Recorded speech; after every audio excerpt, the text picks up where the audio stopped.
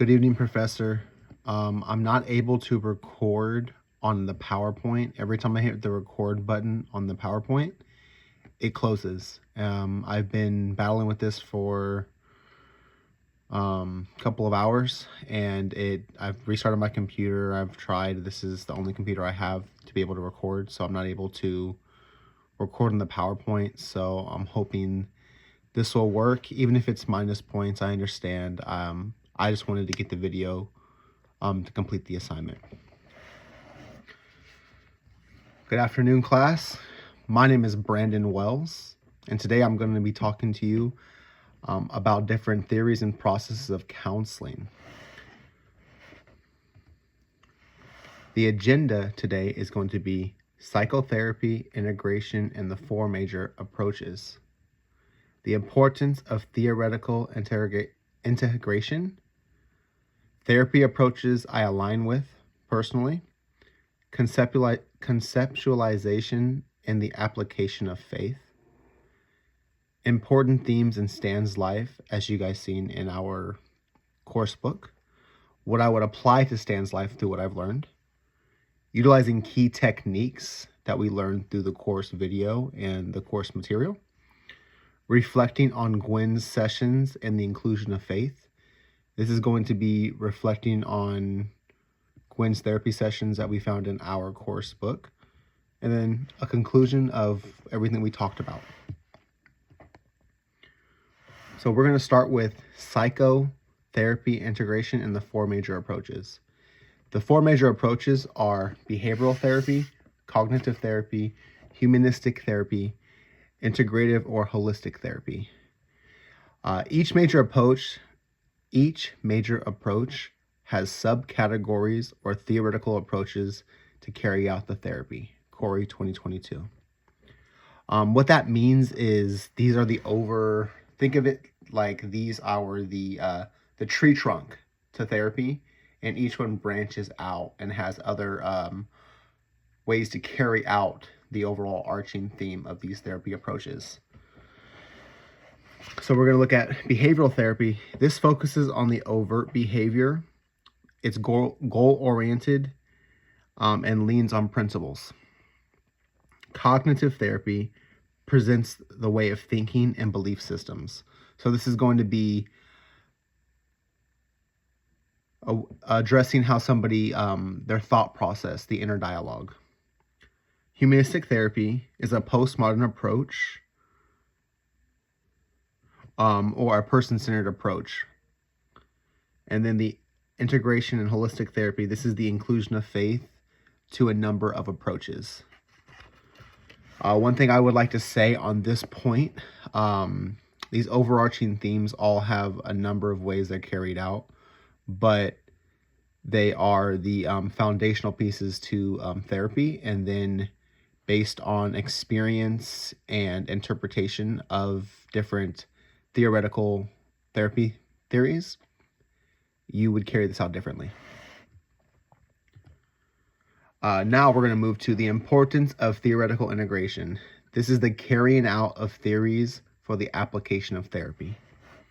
This gives a system to operate from or theories. So we talked about adrenaline theory, Gestalt theory, person-centered theory, all these different theories. This is the integration part of that. This is the application. This is the boots on the ground, so to say, to be able to carry out these therapy. This is putting it into practice, so to say.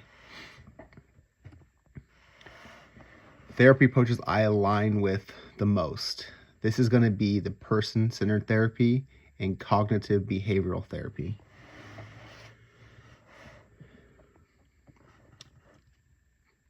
Cognitive behavioral therapy, it's the gathering of evidence, it's the listening, it's the intent it's listening with the intent to find a solution. Person-centered therapy is a safe space. This allows somebody to open up. Both of these theories heavily rely on the client-patient or the patient-therapist relationship. And in my background, I feel like that is a strong point that I have personally, but also vocationally. And I really, really enjoy personal therapy because in my faith, there's something called grace, and we're supposed to love our neighbor. And I think through a person-centered therapy approach, I could love my neighbor in a way where I can extend grace, but also have a healthy bit of challenge in the process. And then the cognitive behavioral therapy also I align with because I do like challenge, and I do like gathering of the evidence for the purpose and the intent to solve. So in this practice, I would be able to, in both of these practices, I would be able to not only have something that aligns with my faith a little bit, but also the way in which I operate and the way in which I operate in my normal everyday life. Could use that as a strength in building that patient therapist relationship. Now we're going to move to conceptualization and the application of faith. This is how faith can be used as an avenue for change, but only when applied and presented unbiased to core values of the client or therapist. So this is essentially being transparent up front on either the beliefs of yourself or the beliefs of the client in a way that allows you to operate with, am I going to be able to use my faith perspective or my biblical worldview in this? Or is this something I need to continue the relationship and either leave out my faith to an extent or focus on the faith perspective? The conceptualization is the embarking of inputting the faith perspective, the application of that. Important themes to Stan's life. So we read we read about Stan all throughout the course and kind of things he's been through, and the last chapter was the overarching theme of how a therapist would approach him through multiple different theories and to help him. I thought it was very interesting, something I didn't really understand, like how a patient and a therapist ends the relationship, but they had a small part where they ended the relationship and how you would go about that. I thought that was actually really interesting and well noted. But in Stan's life, we go through the past, the present, the future, and how to integrate all three together for the purpose of change. This would be to how to each of these overlap in a way that you understand where Stan has been, and now you see where he is at, and then you see the goal that he wants to be, and how all three of these can overlap in establishing that goal or striving towards that goal. One thing you've seen throughout this class is his pent up emotions. He would bear his emotions inwardly and they wouldn't come out, kind of like an extreme. So the way I look at it is when you have pent up emotions, you tend to snap in certain areas that you wouldn't because you are holding things in. Personally, I've had that as a only child and as somebody who didn't really know how, have an example of a man and how a man can operate in emotions. That's something that I had personally, and I could relate to Stan in that way because I tended to hold things in and they came out in areas that I wasn't trying to because I was just carrying that burden for so long. It's also, we've seen the rewiring of self. It's looking at the past, looking at the present, and looking towards the future is a rewiring of how we think cognitively, how we think of ourselves, how we think of people in our past, how we think of people in our life, how we look at circumstances that affect us. And then now we see the challenge of past decisions. So sometimes there's things like condemnation when you make a bad choice. There's a challenge in moving past that because you hold yourself to a higher standard inside. And now we also see the challenge of present decisions things that you have are making every single day. I think of like lying. I think of addiction. I think of things that people aren't proud of, but they continue to do it because they don't know how to change that inner working. Now we're going to move to the challenge of including the future. This is setting a clear-cut goal for Stan. Stan, this is the man that you want to become. This is who you want to be. And here's the avenue and the road that you could use to get there. The application of theories in Stan's life, I would use person-centered approach. I would show him compassion. I would show him love in a way that would see his past and how it affected him.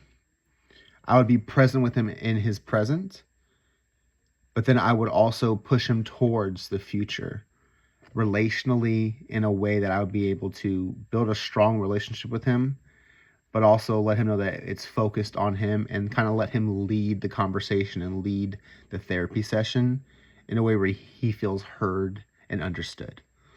The second approach I would use is the cognitive behavior approach. This is going to be setting clear-cut goals. This also kind of overlaps with the person-centered approach because in that approach, I can understand where he's coming from. And I can, through gathering that information, I can then now set clear goals, give him clear homework assignments, and even lead him to lead himself for those homework assignments through that relationship built in understanding. The utilization of techniques. This will be identifying negative thought patterns, role-playing, and problem-solving.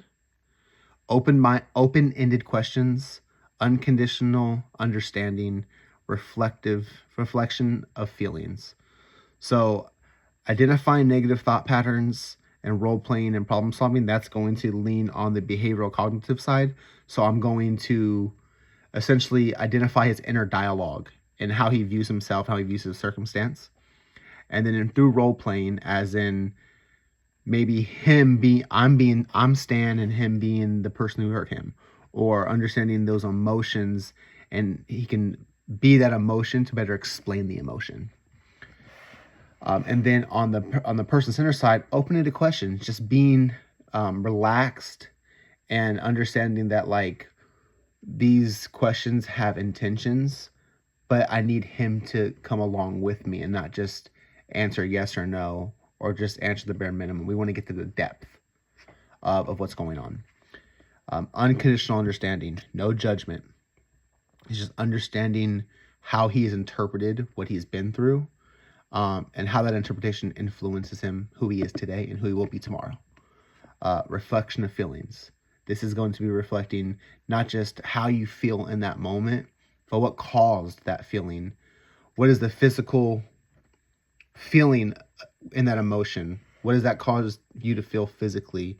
What does that cause it for you to view mentally? Where does your mind go when you're feeling this way? Do you tend to be around people, or do you tend to be isolated and alone? This is some of these techniques that I would use to dig a little bit deeper, but also build the relationship. Now we're going to move to Gwen's therapy session. So this will be a reflection on Gwen's session and the inclusion of faith. We're going to look at faith as a foundation in her life, how respecting faith boundaries can help establish a healthy relationship with boundaries, generational transmission, and a tailored approach. So when we look at faith as a foundation, Gwen was very, very clear on how she viewed her faith and how it was a foundational moment, foundational thing in her life where she filtered her day through. When she didn't have her spiritual practices, she didn't feel like herself. And as a therapist, you want to respect these boundaries. So with Gwen, she was very clear that she wanted faith to be included. With other patients, it might not be that way. So respecting that boundary on whether the inclusion or the exclusion in a therapy session is very, very important.